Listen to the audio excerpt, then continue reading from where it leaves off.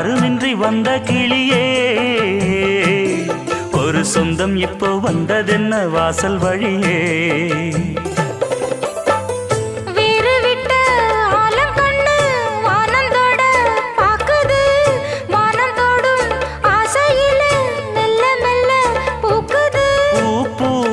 பூக்க வச்ச